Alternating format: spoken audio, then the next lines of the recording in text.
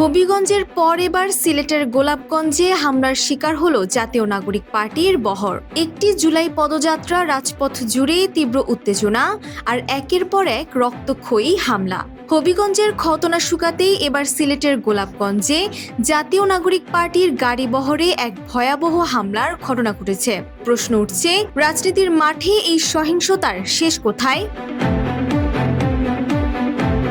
আজ বৃহস্পতিবার দুপুরে সিলেটের গোপালগঞ্জে এনসিপির কেন্দ্রীয় নেতাদের বহর লক্ষ্য করে এই হঠাৎ হামলা চালানো হয়। ঘটনাটির পরপরই সারা দেশে তোলপাড় সৃষ্টি হয়েছে। দলটির উত্তরাঞ্চলের মুখ্য সংগঠক সার্জিস আলম সামাজিক যোগাযোগ মাধ্যম ফেসবুকে দেয়া এক স্ট্যাটাসে অভিযোগ করেছেন, সিলেটের গোলাপগঞ্জে আবার আমাদের গাড়িতে রক্তাক্ত হামলা করেছে বিএনপির সন্ত্রাসীরা, গাড়ি ভাঙচুর করেছে। সংঘাতের সূত্রপাত কিন্তু একদিনেই নয়।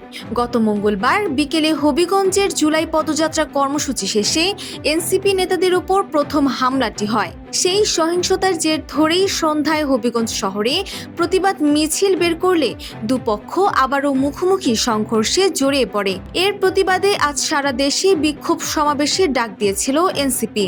পাল্টা প্রতিবাদ সমাবেশের ঘোষণা সেই স্থানীয় বিএনপি ও ছাত্রদলের পক্ষ থেকে।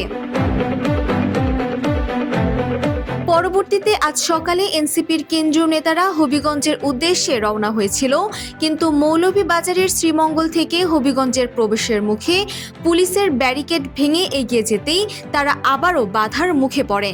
আর ঠিক তখনই গোলাপগঞ্জের মাটিতে চুরমার হয় তাদের গাড়িটি। প্রতিবাদের আগুনে যখন রাজপথ জ্বলছে, তখন রাজনীতির এই মুখোমুখি অবস্থান শেষ পর্যন্ত কোন দিকে মোড় নেয় তা নিয়ে চরম ধোঁয়াশা তৈরি হয়েছে।